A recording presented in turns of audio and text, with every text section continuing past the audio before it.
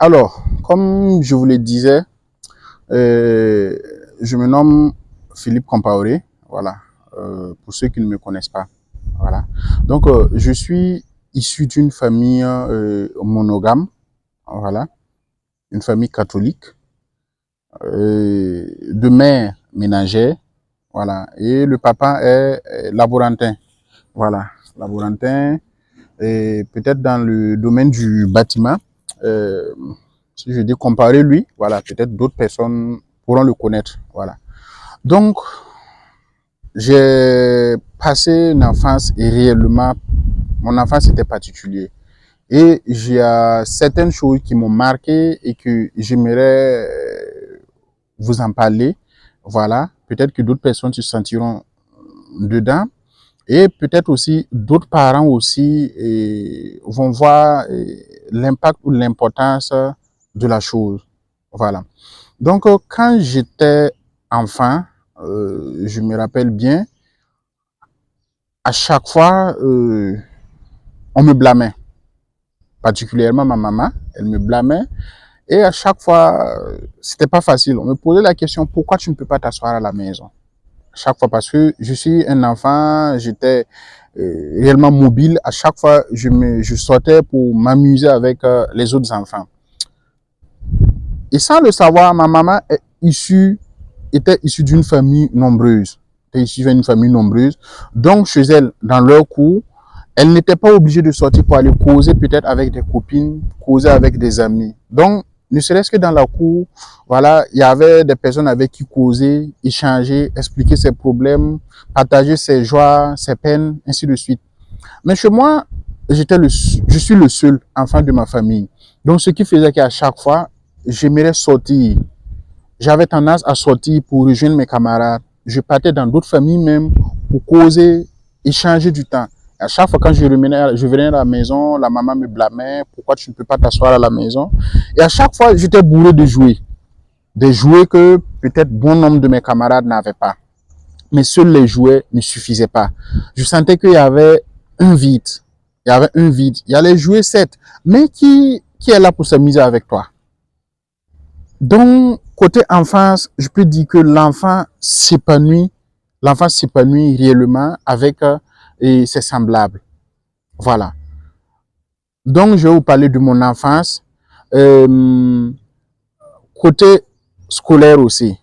À l'école, quand je partais à chaque fois à l'école, c'était toujours avec d'autres camarades. Je n'aimerais pas à cette époque, quand j'étais enfant, à ma classe de CE1 jusqu'en classe de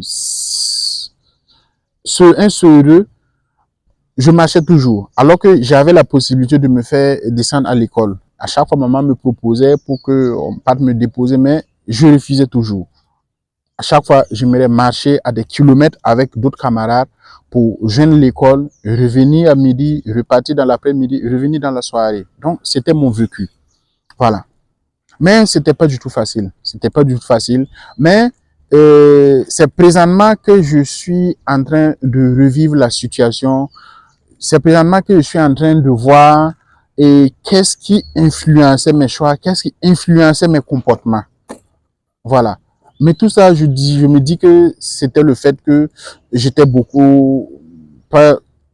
Je me dis que c'était parce que je suis le seul enfant de la famille. Voilà. Et quand je sortais aussi au dehors, nombreux ne me comprenaient pas. Ils se disent que voilà, tu es le seul enfant de ta famille, on te gâte avec du tout. Alors que c'était faux. C'était archi faux. De un, je suis issu d'une famille modeste, voire même d'une famille pauvre. Donc, je n'avais pas tout.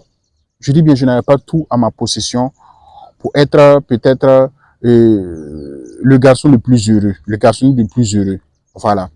Donc, quand je sortais, cela influençait aussi négativement, d'une part, mes vécus quotidiens, mes relations avec mes camarades au dehors. Voilà, parce qu'ils se disaient que voilà, c'est un enfant gâté, alors que c'était pas le cas. C'était pas le cas. Par exemple, je peux prendre les exemples, les notes de classe même. Voilà, quand je revenais à la maison avec une note qui n'est pas bonne, automatiquement, je subissais des punitions. Voilà. Et si je fais quelque chose, au lieu de me caresser ou me flatter, non, c'était pas le cas. On me réprimandait comme tout autre garçon. Je peux dire même pire même. Parce que pour ma famille, je suis le seul pour le moment. Vaille que vaille, je dois réussir. Donc, j'ai reçu une éducation vraiment sévère. Une éducation, si je peux me le permettre, sévère. Je n'étais pas cajolé du tout. Pour preuve, quand je sortais même, je m'amuse avec quelqu'un. C'est vrai, les enfants en Afrique, ils s'amusent ensemble, ils se bagarrent, ainsi de suite, et ils continuent toujours de s'amuser. Quand on me tapait et que je courais, je rentrais à la maison, automatiquement, on me refoulait avec une chicotte. Vas-y te défendre, vas-y te battre, ce que me disait toujours ma maman. Donc, ce qui fait que présentement, pour ceux qui me connaissent, ils pensent toujours que je suis cet enfant qu'on a gâté, je suis cet enfant qu'on a pourri, alors que c'était pas le cas. Et ça, je peux parler de l'âge de 5 ans et peut-être jusqu'à l'âge de 11 ans.